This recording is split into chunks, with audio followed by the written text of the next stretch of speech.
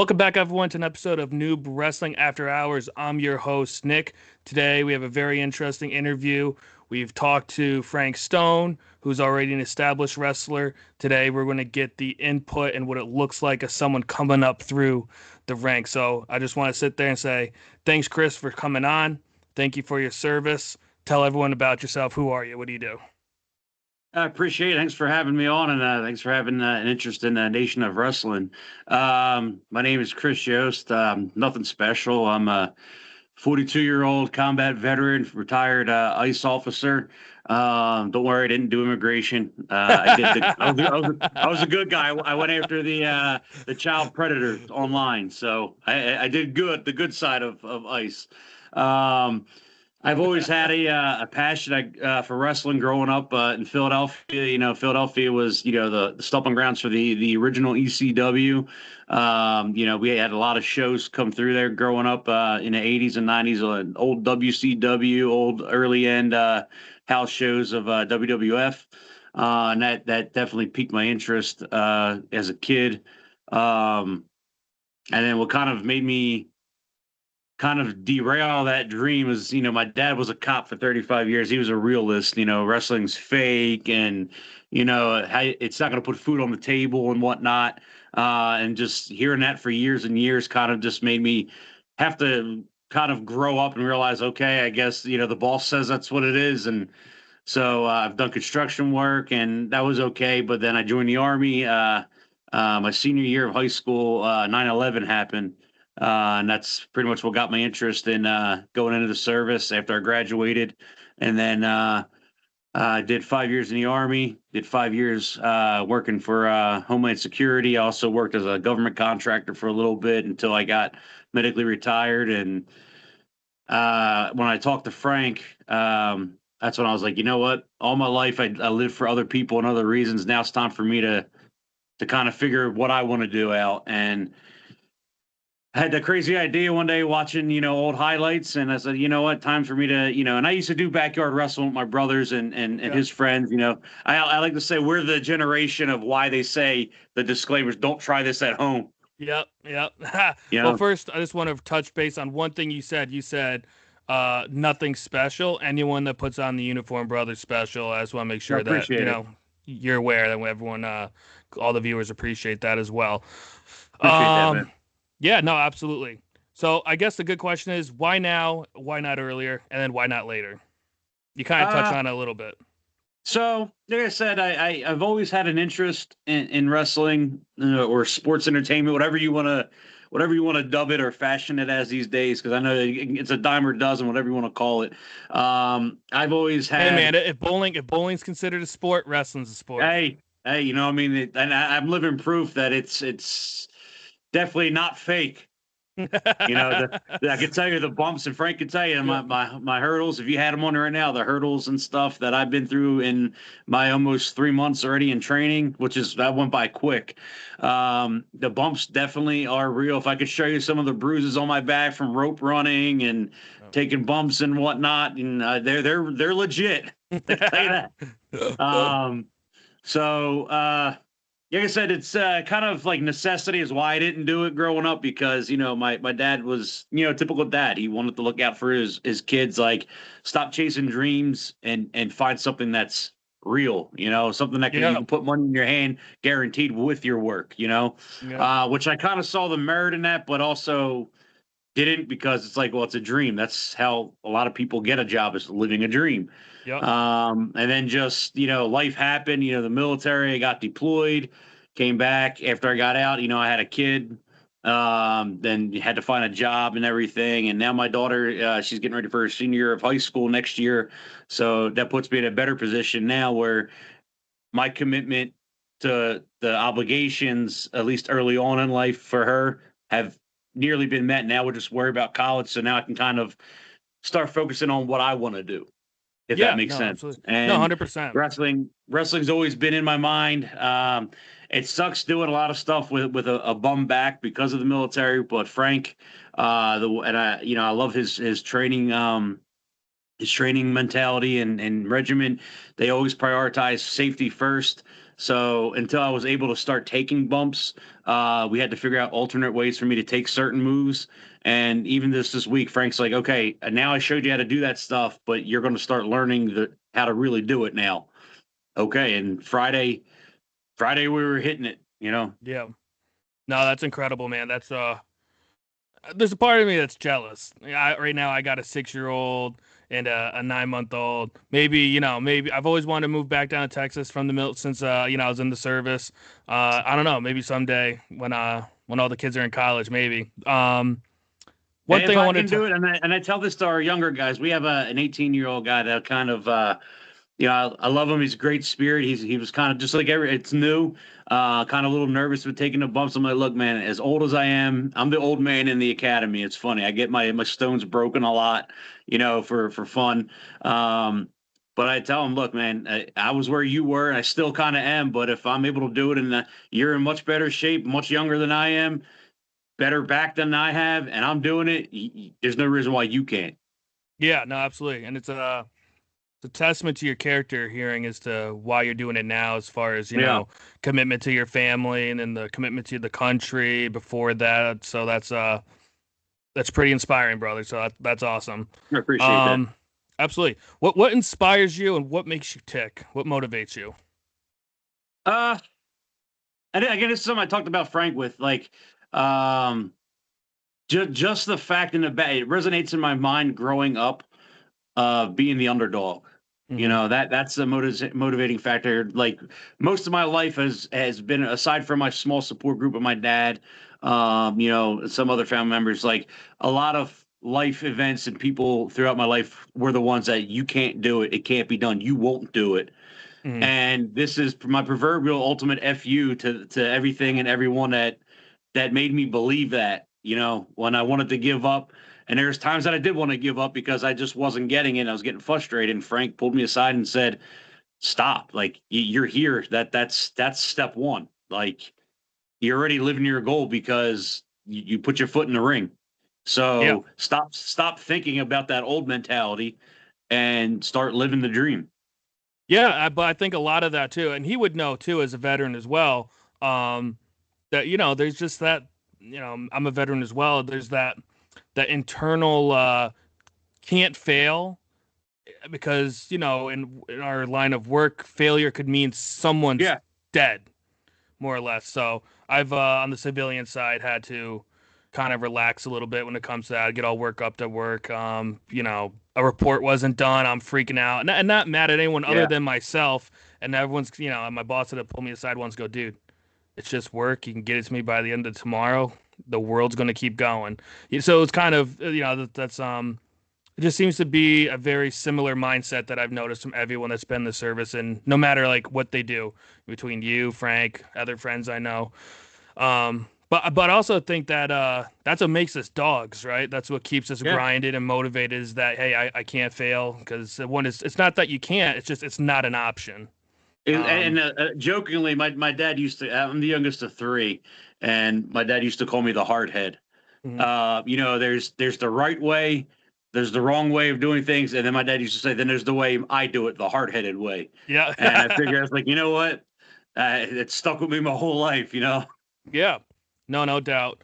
Um, I know you're relatively new, but what would you say so far that you've been able to check off in your brain is, okay, that's a strength of mine. That's something I can work on, but that's something I know I'm decent at. Um,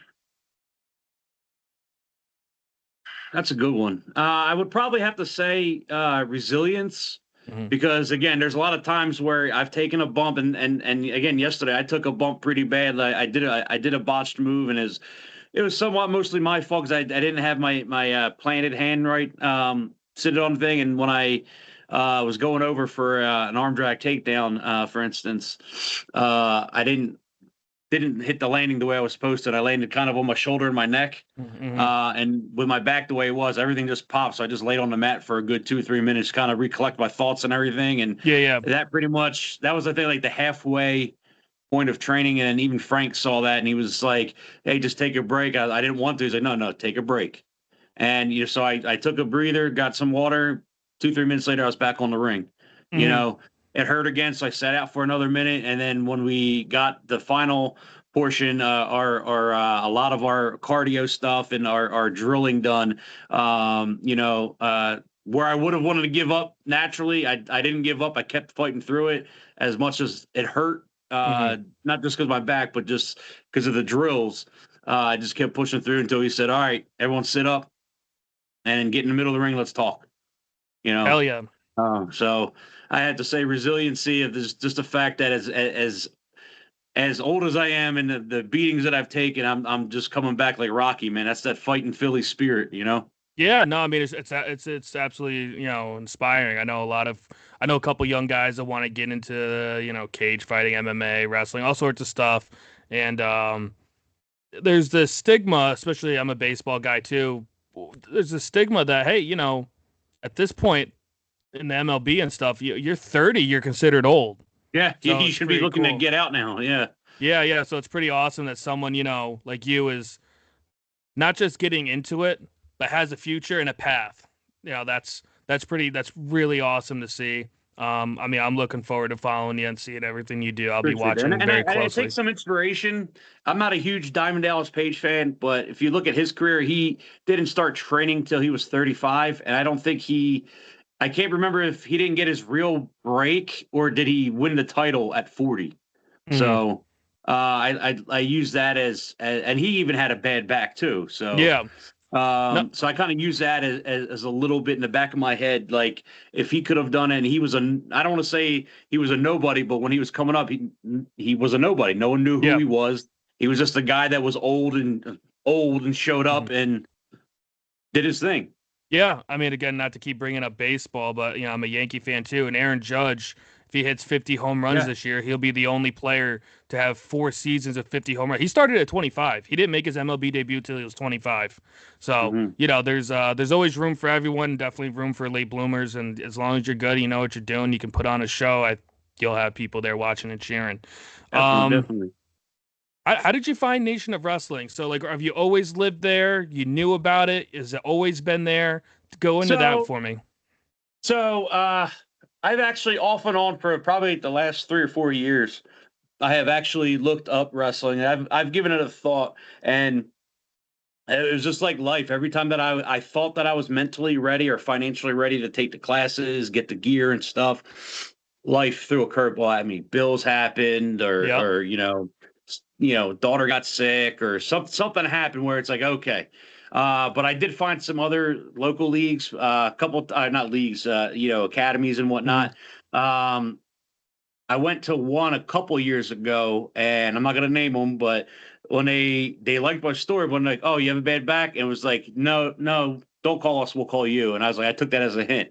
When I decided to just say, F it and just throw everything out there into the wind and roll the dice. Frank, he worked with me for maybe about 2 weeks, go back and forth emails, answer some questions, till he sat there and said, look, man, ultimately the best thing I can tell you is come by on Monday or whatever days available for you, free evaluation or tryout, and from there we'll see exactly what we can do for you, where you want Hmm. to go, what your hopes are, and whatnot. And when I showed up, I met Queens, one of our trainers. He was the one that did my assessment and all, and I was real clear with him. Look, man, this is how old I am. This is what I'm dealing with. My back. This is what I know I can't do, and he kind of is like, well, this is the practice. Like, this is what we're doing. And I said, you know what? I'm not going to say no. I'm not going to do it, but I'll give it a shot. I Hmm. didn't do all the roles at the time. I did what I could. And that's kind of, they could have easily said, no, thank you. We appreciate you, but it's just not going to work. But, ultimately they said, well, here's your tryout. And then if we see you, the next day, we'll know the answer. And then I was the Hmm. first one there, that Yeah. following Wednesday. Go. I was like, you know, Can you go into the tryout? Like, what does that look like on a first day? I mean, are you actually doing moves? Is it more of an agility test? Like, what's Uh, that look like? yeah, it's it. The main thing I could say, and I'm not sure if this is just everywhere. I would imagine it's almost anywhere you go. Is first is to see if you're coachable, because that's a huge, and through my experience, that's a huge part of the training. Is if you're not coachable, then you can't be taught how to do safety is first, because not only is it your responsibility for your safety, but you have to be safe for your opponent, Mm-hmm. you know, because they're relying on you. Like if you're going to do a move that either you're going to be a strong base for them, or you're not going to break my neck on a power bomb or DDT or something. Mm-hmm. So it's kind of trust. It's a give and take. Agility, I would say, yes.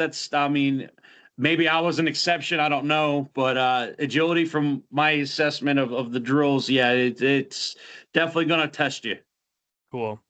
Um, what's the training culture like there at Nation of Wrestling? I've done some research, and a lot of people praise it, and I've seen a lot of bad reviews, not on theirs, but other competitors and other local ones. What's the difference?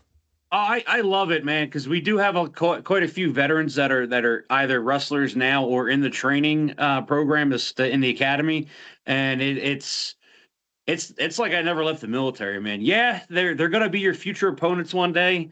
Give me a second. They're gonna be your future opponents one day, but they're also there to help you succeed, because this is one thing I tell with Frank and all the guys. Like when I help them out with some advertisement stuff, it takes a tribe to build a nation, and that's what it is. Yeah, everyone's doing their own individual thing, but we're all cheering each other on. Like, there's a couple of times when I was running out of a lot of gas because I was just that smoked, and everyone, when I was running my rope drills towards the end, and I just had nothing left, they're all rallying around me, patting the mat, calling my name, or sometimes they ran a drill with me even when they were tired, Mm-hmm. So that's what I like, the camaraderie, the willingness to, you know, the more senior and veteran guys, it's not beneath them to step down and go at your pace. You know what I mean? That's very much how it was in the service. At least with the right people. Yeah. And I was in the infantry, so Yeah. we were around some a-holes, but we were around some good people that, you're only strong as your weakest link. Yep. Yep. I mean, I know guys that, would blow through their mile and a half PT test and they turn right Mm. around, run halfway back to get to the last guy and run it back the other way. Yeah. So that's pretty cool. Um, has there ever been a point that so far, and I know it's been pretty soon, but you felt like, wow, I am way out of my league, or have you felt pretty comfortable that you can get it done?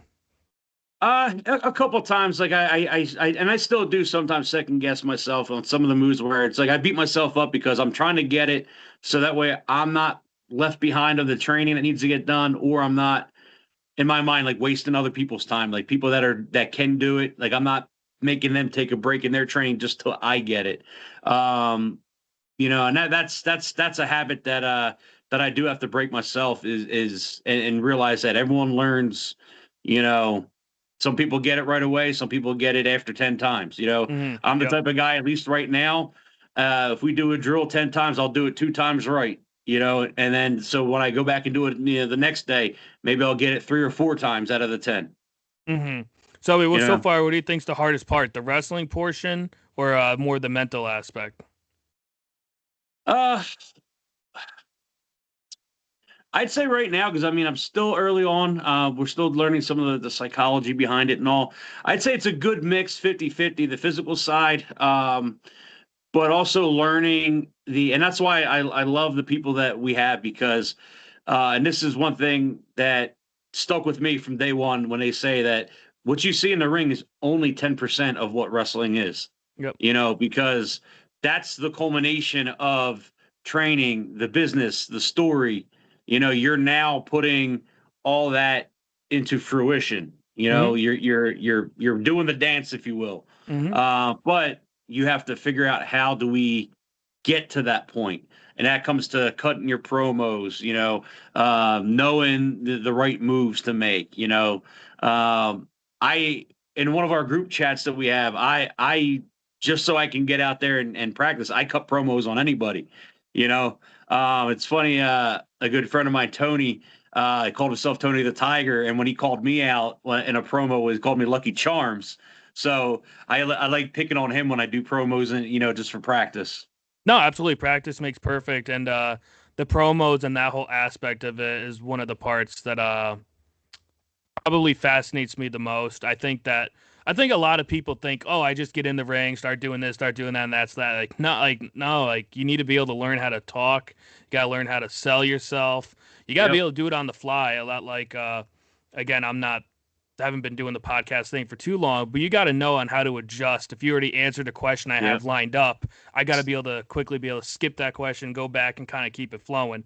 But being able to think on your toes. So I think that'd be probably one of the cooler aspects to me to do if I was to ever get into it would be the promo cutting and that level of confidence. Um, Hmm. let's talk Frank Stone.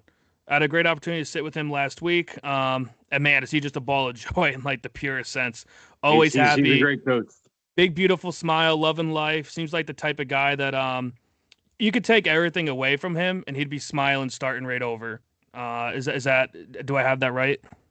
Yeah, I mean that since I've been with him, like he does have that mean streak persona, like that carries himself. But when you get him in the ring, like everyone may think that, oh my god, if I mess up, he's going to yell at me. No, he may joke with you, yeah, like kind of raise his voice, but that's playing around. His ultimate goal is to make you succeed. He's not there to Hmm. make you fail. He is a business owner. He is the coach, a trainer. But at the end of the day, his goal is to make you succeed. I mean, probably a lot like a drill instructor, right? I mean, they're Yeah, screaming exactly. at you doing Pretty that, much. but at the end of the day, they're just trying to build a warrior that's going to go out there and kill the And enemy. it's fun, man. Locking up with him, man. Like shooting pro. I shot a promo against him playing around, and boy, was that a mistake.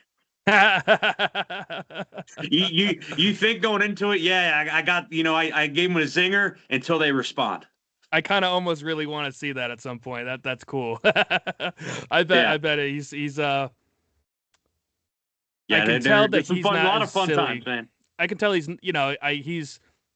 a lot sharper than he lets the happy persona, at least in our interview. I can tell that there's a level where he's ready to throw some disses and snap on you pretty quick. I mean, I had a lot of mentors and coaches and leaders in the military through sports and everything.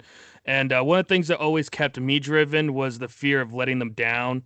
I'm sure everyone messes up, but I always want my mentors to be proud of me and know I did my best. I know that sounds kind of cheesy and lame and maybe even soft, but when people are it's odd. Even at a young age, I understood that my actions were a reflection of my parents, and then as I got older, I was a reflection on who I worked for. Do you take the same approach when now that you joined the academy, that you're there and you'll always be associated now moving forward with Frank Yeah, and that weight of holding basically I him told Frank accountable? that I could you know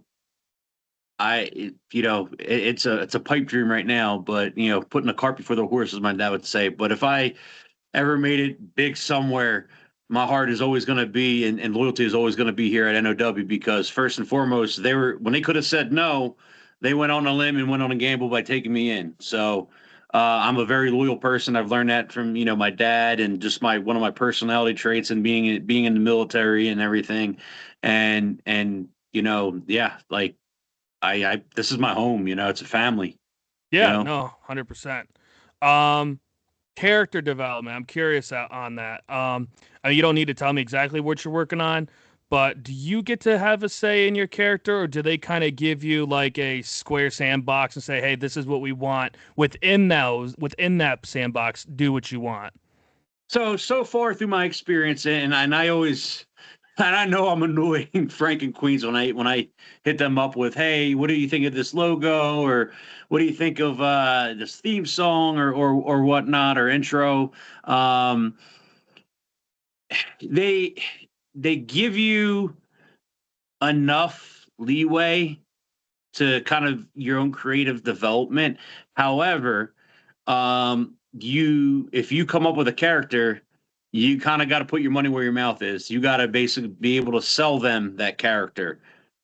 So for instance, just for an example, if I'm going to come in and say, "Hey, I'm going to be like the next Stone Cold Steve Austin," I better be a very impressive character persona of that. And if not, they're going to take the reins because it comes down to, yeah, you can have a cool name, a cool gimmick, attire, But if your wrestling style doesn't match, Mm-hmm. that persona, it doesn't make sense. So they're in for to keep the fans engaged, to keep a storyline fresh, and to sell a product basically. Mm-hmm. So and there are a couple guys that were with us that they had ideas that they created new personas and they're flying with them now. Mm-hmm. I So mean, it comes down to the coachability thing too. yeah. Yeah, I think the hardest part that I would probably get into my own head if I was to do that would be that, me and you have talked on Facebook, how I am for the most part, the slightly goofy, funny persona. If I was to then start cutting promos as a heel, I would get in my own head about how sellable is it, because me is who I am. Like, how hard is it to sell? I mean, I guess, like, is Frank, or when people are watching, are they do you know what I'm talking about? Do you sit there and go, "Hey, did I sell it enough? Because they know who I am? Is it believable enough?" Like, do you ever think along those lines, or am I just Well, crazy? a good example is this: we had I believe it was 2 weeks ago on a Friday. We had our training. We cut the physical stuff down a little bit, maybe like 45 minutes early, and then the last 45 minutes we were just cutting promos. Mm-hmm. See character development, psychology kind of class, and On promos. camera? No, no, no. We just kind of they'll just give you the mic. All right, you got 1 minute. Mm-hmm. Give me a promo. Mm-hmm. So, um, So one of the things that I did, and I came out of my shell because it was between me, my Tony, and another trainee Aztec, and I waited out. I was last to go, and then I cut the promo on against both of them, and Frank was even surprised. He's like, everything was great, but the one thing that you failed to do is tell us who the hell are you. Mm-hmm. I is everything else. I mean, you clean cut everything. You nailed it. You had the attitude. You had the right lingo. But it's the fans need to know who the hell am I cheering for, Yeah. and Yep. that's where it's like you can have an idea so great in your head, especially when you're spitting it on the fly. Little things like that can actually kill you. No doubt, no doubt. And again, it's impressive. It's for the most part, it's one take, man. This isn't Hollywood where you Yeah. get to sit there and go, "Oh, run that back, Chris." Like, you got one shot to crush it or not crush Ye- it. My only advice for anyone that wants to get into that is treat every promo like you're doing it live in front of 40,000 people. Mm-hmm. Mm-hmm. Yeah, no, I mean that's pretty cool. Are you able to tell us a little bit of what you're working on, or you want to keep that tucked away for now? Totally up to Uh, you. I'll give just a little bit. Um, in my character, I'm kind of incorporating a little bit of my heritage. I'm not really creative enough with names in a sense, like a flash name, so I'm just gonna keep it clear cut, go with my name, which is Chris Yost, The but the Clan yeah, King. yeah, exactly, yeah.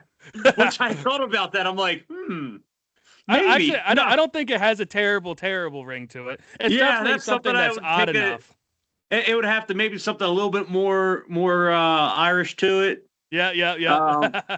but I mean, definitely some food for thought there. But I like to keep a little bit of my like basically what I'm embodying in my mind. My vision is pretty much the underdog fighting Philly spirit, and Mhm. Philly is deep rooted in the Irish, heritage and whatnot.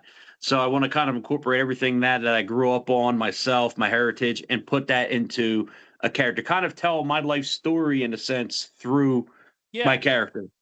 No, I think that's where people get the most natural passion. It comes out more natural when you have some sort of connection with it. I Yeah. mean, I enjoy writing on the side, just for myself and a couple of my friends, but I like to write wrestling characters. And I'm Hmm. adopted from Russia. So the one character I had is a Russian spy, joins the Vision, gets all the news and stuff from Paul Heyman and all that. And then during the bit, and people are starting to get, picked off one by one. And during the big match, the Russian agent kind of double agents the bad guys and ends up turning, face right on there. And I have like a whole like couple pages and some comic book Mm. sketches. So I always like playing with the story side of it, trying to, like, what's the reaction? How many weeks could you build this up? Just like a lot of that nerdy stuff Yeah. on the writing side. I enjoy that a lot. Um, But so yes, I mean, no one wants to hear about me. They're all here to hear about you, brother. So where do you see yourself? So two questions: where do you see yourself in a year, and then where do you want to see yourself 5 years from now? Hopefully, hopefully a year. My training is fully, at least my academy days are Yeah. done. I'm off training in green status, and I'm actually full fledged on the roster, at least here at NOW. 5 years. Um, I'll take it as a win if I'm just still wrestling in 5 years, to be honest with you. You Yeah. know, for me, it doesn't matter where. It's been my dream, and I'm a realist. I know that I'm not going to be a WWE, main roster because of my age, you know. You don't But have to be though, you know? yeah, yeah. I mean, I'm long. So my thing is, long as I'm in the position to be, I guess, a positive role model for people that, no matter what age, that they see what we do in the ring and they take a liking to it, and they pretty much, for all the dreamers out there that say, what if? Well, I'm living proof that what if doesn't satisfy me anymore.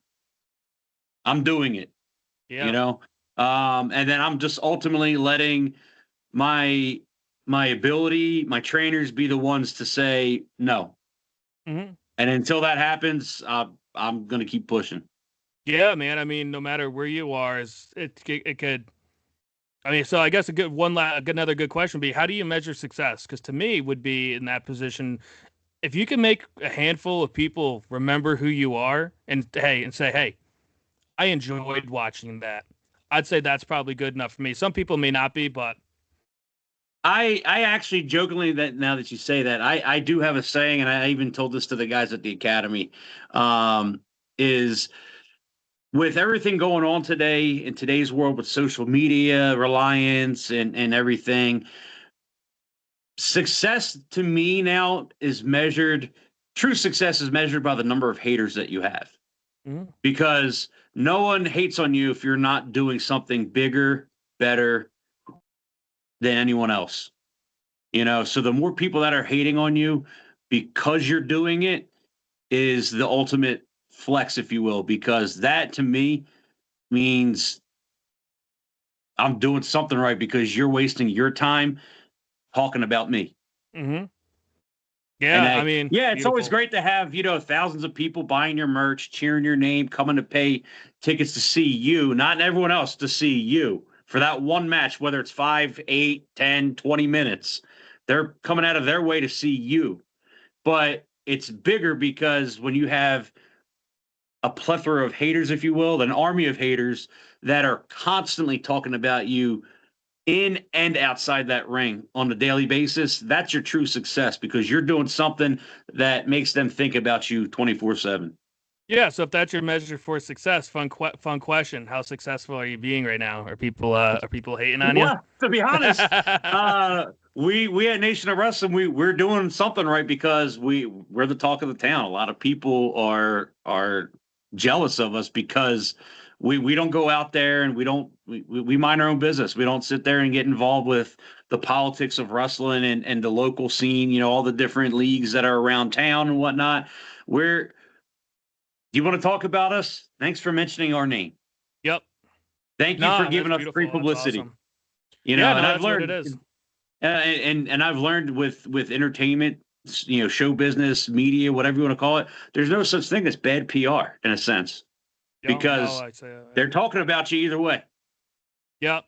Yeah, no, I just said that I have a friend that's running for a political office, and he got a nobody. I mean, kind of like just wasn't into politics, and I told him, hey, any press is good press. And he tried and telling me, no, no, no, no, it's not. I said, when you're as small as you are, really any press is good press, as long as someone's uttering your name, and people So are because going to it's going to remember. be the curiosity. Well, let me see why they're talking bad on this person or this Yep. company, and then if you know anything that what you're doing, you're an independent thinker. You can read between the lines and see, well, they're just hating on them because these guys are a group of people that are dedicated, minding their own business, and they're growing while everyone else is staying stagnant or doing something else. Yeah. No, no doubt. No, it's It's impressive. It's exciting. I'm excited to follow you, follow Appreciate that. Stone, and Appreciate I'm that. really going to be watching that. I mean, I'll be tuning in. On what's the channel that Oh God, you have your stuff on YouTube, right? You guys put it on YouTube. Yeah, so well, we have the Instagram channel for the Academy. Hmm. Nation of Wrestling Academy is, I believe, the official Academy page. Then we have, I believe, it's Nation underscore of underscore wrestling is the show page, if you will. Yeah, I could be wrong. I got to double check that. And I'm bad with social media myself. Like I'm just starting to get back into regrowing my social media. yep, yep. Um, so we do have a TikTok page that we are in development of getting that back up and running. So we're gonna have some stuff in the coming future, near term future of promos, advertisements, maybe match highlights and stuff like that. Yeah. I mean, hey, send that all over to me. I'll pin No, we'll do. whatever Yeah, in the appreciate it. video. Um, just to wrap things up here, segment 7. We do quick fire questions. I'm just going to spit something out. You answer it as fast as you can. This is my daughter's contribution to the podcast. She Okay. likes to see you everyone. She had some for Frank that she was laughing at, and she was pretty happy with some of the answers. All right, so you ready? Hmm. All right, breakfast or lunch? Breakfast Being slammed through a table or speared? table, ECW style. uh, olives or cucumbers? Neither. Heel or face? That's a tough one, but I kind of like seeing the stuff on the heel side. Yep. Star Wars or Star Trek? Star Wars. What's worse, silence from the crowd or getting booed? Ooh, isn't that both the same? I don't know, I, man. I would Being say silent kind of silence. means people I would are. say silence because you're not piquing their interest enough, and then if you're getting booed, you're just not doing anything they like. So Mm. If you could steal one wrestler's promo abilities, who would it be? I'm the best there is, best there was, and best there ever will be. Hell yeah, brother. What's your biggest insecurity right now, wrestling? Uh that's a good question. I wasn't prepared for that one. Yep. No, I I would tried. I probably tried say to.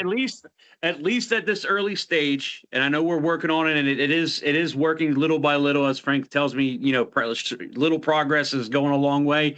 Uh, the small limitations that I have on certain move sets until my back, is in the point where I can take a lot more. Hmm. If wrestling stopped tomorrow, what would you be doing? Well, funny enough, I'm a firearms instructor here in Texas, so I do have my own company that teaches license to carry. So I still have that going for me. Yeah, I need you to come up here and straighten out the laws here in New York that kind of prohibit all that over Uh, here. that's way too blue for me there. No, I hear you, pal. Did you have fun tonight? I did. I like anytime I get to kind of out of the ring type stuff, and people get to see the real me and behind the mask, if you will, Yeah. and interact with fans, potential fans, and whatnot is always a blessing. Yeah, no doubt. I mean, I thought it was a very unique opportunity for me because I'm trying, as a newer podcaster and everything, I want to try and separate myself. So I figured I don't see too many smaller YouTube channels doing interviews, and if you're not going to and some of them that do get the big guys like the Logan Pauls, and everyone's heard the same 5 stories from him. No disrespect to him, but everyone asks the same questions. So I like to try and find the more unique stories that maybe Yeah, people haven't seen and spotlight the people that people haven't seen. So it's been really good, especially your story in particular being I appreciate so it. relatively new. So I think you've been able to give us a very unique perspective on what it's like. Um, Appreciate it. yeah, I know, absolutely, bro. I'd love to have you back on at some point. Do you have any social media you want to shout out or anything where can people find you?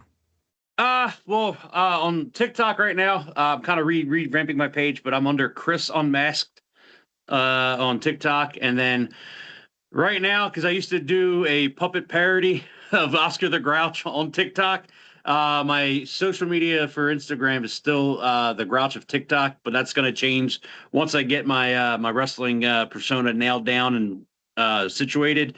I'm going to convert that over to my official wrestling page. Cool. Well, hey, no matter what persona you take, you're a cool dude in my books, brother. I appreciate you Appreciate it. coming Thank you on. very much. Thank you so much for having us. Absolutely. All right, everyone. Thanks for watching. I appreciate it. Don't forget that like and subscribe, and we'll see you next time. Heavy at the wood chop, hop, hop. Heavy at the wood chop, hop, hop. Heavy at the wood chop, hop, hop. Turn me up, turn me up. No wrestling, we crash the ring. Hit so hard, make the whole crow sing. Fly off top, yeah, we bring that pain. No gang here, we don't play no game. Boom, boom, boom, boom, boom, boom. Like, subscribe, hit that bell right now. We done a wave and we run this town. Thanks for watching, we'll see you again. No bristle on me.